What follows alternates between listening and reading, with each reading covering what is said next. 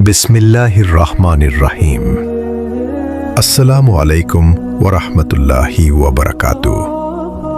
সমস্ত প্রশংসা একমাত্র মহান আল্লাহ তাআলার, যিনি আমাদের সৃষ্টি করেছেন, আমাদের রেগ দান করেন, আমাদের ঘুম পাড়িয়ে দেন এবং আবার প্রতিটি নতুন সকালে আমাদের জাগিয়ে তোলেন।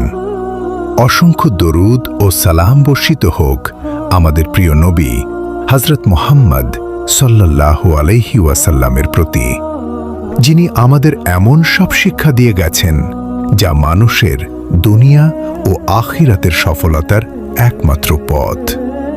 প্রিয় ঈমানদার ভাই ও বোনেরা, প্রতিদিন ভোরে যখন চারদিকে নীরবতা বিরাজ করে, তখন হঠাৎ একটি পরিচিত শব্দ আমাদের কানে ভেসে আসে। সেটি হলো মোরগের ডাক। ছোটবেলা থেকে আমরা এই শব্দ শুনে বড় হয়েছি। কেউ এটিকে শুধুই ভোরের সংকেত মনে করেন, আবার কেউ এটিকে প্রকৃতির স্বাভাবিক নিয়ম বলে ভাবেন। কিন্তু আপনি কি জানেন, ইসলাম এই সাধারণ ঘটনাটির মধ্যেও আমাদের জন্য এক গভীর শিক্ষা লুকিয়ে রেখেছে।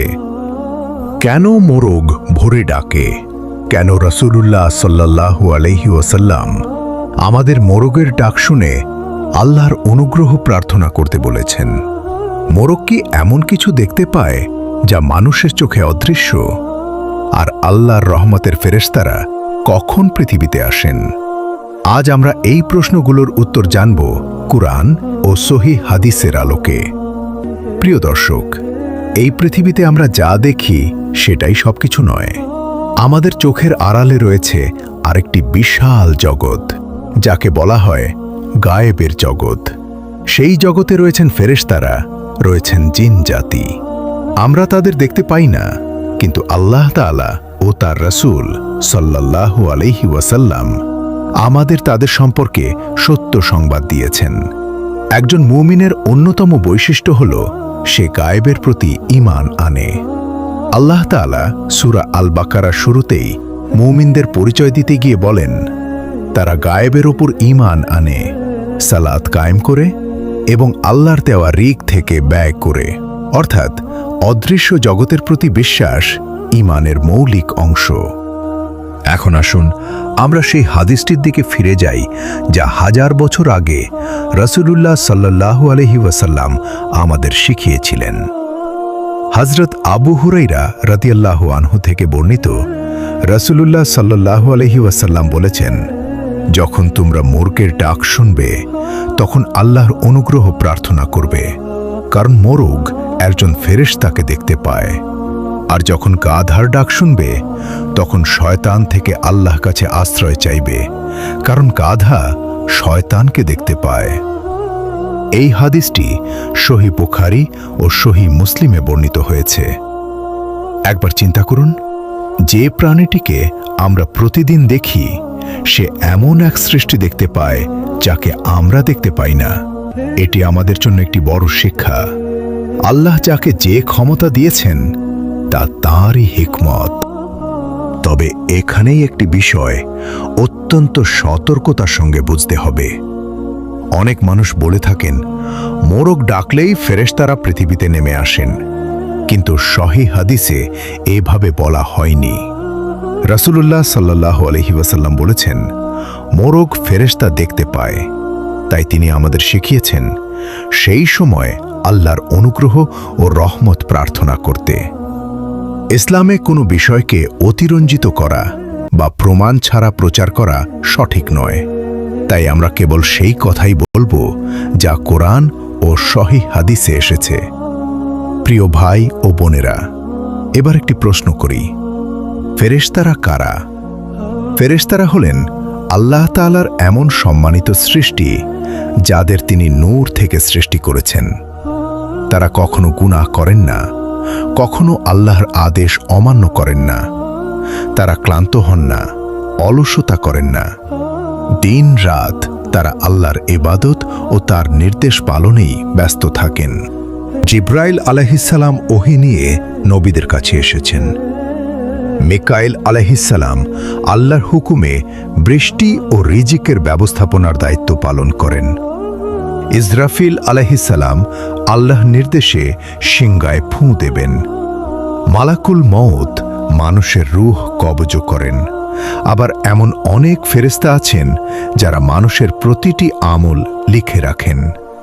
কেউ আমাদের ডান পাশে, কেউ বাম পাশে। আমাদের প্রতিটি কথা ও কাজ লিপিবদ্ধ হচ্ছে। ভাবুন তো, আমরা যখন একা মনে করে কোনো কাজ করি, তখনও আল্লাহর নিযুক্ত ফেরেশতারা তা দেখছেন। তাই একজন মুমিন কখনো নিজেকে একা মনে করে না। সে জানে আল্লাহ সব কিছু দেখছেন এবং তার ফেরেশতারাও আমাদের আমল লিখে রাখছেন। এখন আবার মর্গের ডাকে ফিরে আসি। রাসূলুল্লাহ সাল্লাল্লাহু আলাইহি ওয়াসাল্লাম কেন বলেছেন মর্গের ডাক শুনে আল্লাহর অনুগ্রহ চাইতে? কারণ এটি একজন মুমিনকে আল্লাহর দিকে ফিরিয়ে আনার একটি শিক্ষা। ভোরের সময় ঘুম ভেঙে যদি আপনি মর্গের ডাক শুনতে পান, তাহলে সেটিকে শুধু একটি শব্দ হিসেবে না ভেবে মনে করুন, এটি যেন আপনাকে স্মরণ করিয়ে দিচ্ছে, হে আল্লাহর বান্দা, জেগে ওঠো, তোমার রবের দিকে ফিরে এসো। ফজরের নামাজের সময় হয়েছে, তার রহমত প্রার্থনা করো। আজ আমাদের জীবনে কত কিছুই না বদলে গেছে। রাতে ঘন্টার পর ঘন্টা মোবাইল ব্যবহার করতে আমাদের কষ্ট হয় না, কিন্তু ফজরের আজান শোনার পরও আমরা অনেক সময় বিছানা ছাড়তে পারি না। অথচ এই ভোরের সময়টি সবচেয়ে বরকতময় সময়গুলোর একটি। রাসূলুল্লাহ সাল্লাল্লাহু আলাইহি ওয়াসাল্লাম তার উম্মতের জন্যে সকালবেলার বরকতের দোয়া করেছেন। যারা দিনের শুরু আল্লাহর ইবাদত দিয়ে করে, তাদের জীবনে আল্লাহ তাআলা বিশেষ বরকত দান করেন। প্রিয় দর্শক, পৃথিবীর প্রতিটি সকাল আমাদের জীবনের একটি নতুন অধ্যায়। কেউ জানে না এই সকালটি তার জীবনের শেষ সকাল কিনা। তাই প্রতিটি ভোরকে এমনভাবে গ্রহণ করা উচিত যেন সেটি আল্লাহর পক্ষ থেকে পাওয়া সবচেয়ে মূল্যবান উপহার। মর্গের ডাক আমাদের মনে করিয়ে দেয়, এই দুনিয়ার ঘুম একদিন শেষ হয়ে যাবে। একদিন এমন একটি সকাল আসবে যেদিন আর কোনো ঘুম ভাঙবে না, বরং মানুষ কবর থেকে পুনরুত্থিত হবে মহান রবের সামনে হিসাব দেওয়ার জন্য। তাই আজ থেকেই আমরা একটি সিদ্ধান্ত নিই, মর্গের ডাক শুনে বিরক্ত না হয়ে রাসূলুল্লাহ সাল্লাল্লাহু আলাইহি ওয়াসাল্লামের সুন্নাহ অনুযায়ী আল্লাহর রহমত প্রার্থনা করব, ফজরের নামাজকে গুরুত্ব দেব এবং প্রতিটি নতুন সকালকে আল্লাহর সন্তুষ্টি অর্জনের একটি নতুন সুযোগ হিসেবে গ্রহণ করব। এখন প্রশ্ন হল, যদি মোরগ ফেরেশতা দেখতে পায়, তাহলে সেই রহমতের ফেরেশতারা কখন কখন পৃথিবীতে আসেন? প্রিয় ভাই ও বোনেরা, কোরআন ও সহিহ হাদিস আমাদের জানিয়ে দিয়েছে আল্লাহ তাআলা বিভিন্ন সময়ে তার ফেরেশতাদের বিশেষ দায়িত্ব দিয়ে পৃথিবীতে পাঠান। তবে মনে রাখতে হবে, ফেরেশতারা সব সময় আল্লাহর হুকুমেই কাজ করেন। তারা নিজের ইচ্ছায় কোথাও আসেন না বা যান না। প্রথমেই আসি বছরের সবচেয়ে বরকতময় রাত, লাইলাতুল কদর। আল্লাহ তাআলা সূরা আল কদরে ইরশাদ করেন যে, এই রাতে ফেরেশতারা এবং রূহ অর্থাৎ জিবরাইল আলাইহিস সালাম তাদের প্রতিপালকের অনুমতিক্রমে সব নির্দেশ নিয়ে পৃথিবীতে অবতরণ করেন। এই রাত এতই মর্যাদাপূর্ণ যে একটি রাতের ইবাদত হাজার মাসের ইবাদতের চেয়েও উত্তম। তাই রমজানের শেষ দশকের বেজোর রাতগুলোতে ইবাদতের প্রতি বিশেষ গুরুত্ব দেওয়া উচিত। এরপর আসে সেই সব মজলিস যেখানে আল্লাহর স্মরণ করা হয়। রাসূলুল্লাহ সাল্লাল্লাহু আলাইহি ওয়াসাল্লাম বলেছেন, যখন কিছু মানুষ একত্রিত হয়ে আল্লাহর জিকির করে, কোরআন তিলাওয়াত করে বা দ্বীনের জ্ঞান অর্জন করে, তখন রহমতের ফেরেশতারা তাদের ঘিরে রাখেন। তাদের উপর আল্লাহর রহমত নেমে আসে, অন্তরে প্রশান্তি নেমে আসে এবং আল্লাহ তাআলা তাদের কথা তার নিকটবর্তী ফেরেশতাদের সামনে উল্লেখ করেন। ভাবুন তো, পৃথিবীর কোনো বড় ব্যক্তি যদি আপনার প্রশংসা করেন, তাহলে আপনি কত আনন্দিত হন। অথচ একজন সাধারণ বান্দা যদি আল্লাহর জন্য বসে কোরআন শেখে বা জিকির করে, তাহলে মহান আল্লাহ নিজেই তার নিকটবর্তী ফেরেশতাদের কাছে সেই বান্দার কথা উল্লেখ করেন। এর চেয়ে বড় সম্মান আর কি হতে পারে? সহিহ হাদিসে আরও এসেছে, দিন ও রাতে দুই দল ফেরেশতা মানুষের কাছে আসা যাওয়া করেন। এক দল দিনের দায়িত্ব পালন করেন, আরেক দল রাতের। ফজর ও আসরের সময় তারা একে অপরের সঙ্গে দায়িত্ব পরিবর্তন করেন। এরপর তারা আল্লাহর দরবারে ফিরে যান। যদিও আল্লাহ সবকিছুই জানেন, তবুও তিনি ফেরেশতাদের জিজ্ঞাসা করেন, তোমরা আমার বান্দাদের কি অবস্থায় রেখে এলে? তখন তারা বলেন, হে আমাদের রব, আমরা তাদেরকে নামাজরত অবস্থায় পেয়েছি এবং নামাজরত অবস্থায় রেখেই এসেছি। কি সৌভাগ্য সেই ব্যক্তির যার সম্পর্কে ফেরেশতারা আল্লাহর দরবারে এমন সাক্ষ্য দেন। এ কারণেই ফজর ও আসরের নামাজের গুরুত্ব ইসলামে এত বেশি। যে ব্যক্তি এই দুই নামাজ যথাযথভাবে আদায় করে, সে আল্লাহর বিশেষ রহমতের আশা করতে পারে। প্রিয় দর্শক, ফেরেশতারা শুধু মানুষের আমলই লিপিবদ্ধ করেন না, কিছু নেক আমলের কারণে তারা আমাদের জন্য দোয়াও করেন। রাসূলুল্লাহ সাল্লাল্লাহু আলাইহি ওয়াসাল্লাম বলেছেন, যে ব্যক্তি নামাজ শেষ করার পরও অজু অবস্থায় নামাজের জায়গায় বসে থাকে, ফেরেশতারা তার জন্য দোয়া করতে থাকেন। তারা বলেন, হে আল্লাহ, তাকে ক্ষমা করুন, হে আল্লাহ, তার প্রতি রহম করুন। আবার যে ব্যক্তি অসুস্থ মুসলিম ভাইকে দেখতে যায়, তার জন্য ফেরেশতারা দোয়া করেন। যে ব্যক্তি মানুষের উপকার করে, দান সদকা করে এবং আল্লাহর সন্তুষ্টির জন্য জীবন পরিচালনা করে, সে আল্লাহর রহমতের আরও কাছাকাছি চলে যায়। কিন্তু এমন কিছু কাজও রয়েছে যা ফেরেশতাদের অপছন্দ।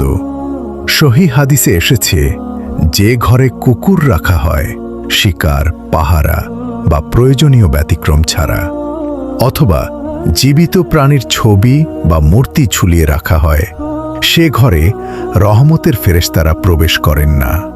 তাই একজন মুমিনের উচিত নিজের ঘরকে এমনভাবে করে তোলা যেখানে আল্লাহর স্মরণ থাকবে, কোরআনের তিলাওয়াত হবে এবং সুন্নাহ অনুযায়ী জীবন পরিচালিত হবে। এখন আবার সেই ভোরের মোরকেটটাকে ফিরে আসি।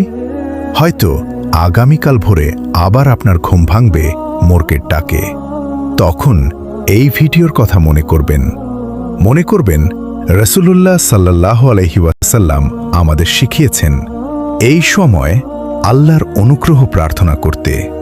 তখন দুই হাত তুলে বলবেন, হে আল্লাহ, আপনি আমাকে ক্ষমা করুন, আমার পরিবারকে হেফাজত করুন, আমার রিজিকে বরকত দিন, আমার অন্তরকে ঈমানের উপর অটল রাখুন এবং আমাকে আপনার নেক বান্দাদের অন্তর্ভুক্ত করুন।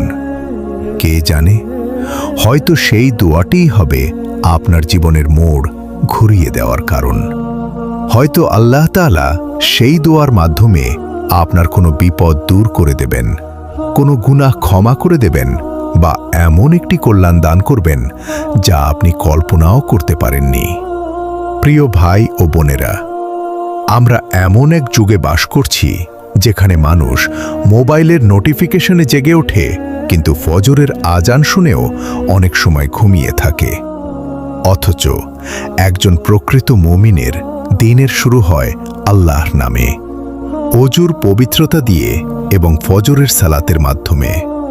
আসুন আজ আমরা একটি অঙ্গীকার করি, আগামীকাল থেকে ফজরের আজান শোনা মাত্র উঠে দাঁড়াবো, মোরগের ডাক শুনে আল্লাহর রহমত চাইব, প্রতিদিন কিছু সময় কুরআন তিলাওয়াত করব, আল্লাহর জিকির করব এবং এমন জীবন গড়ে তুলব যাতে ফেরেশতারা আমাদের জন্য রহমতের দোয়া করেন।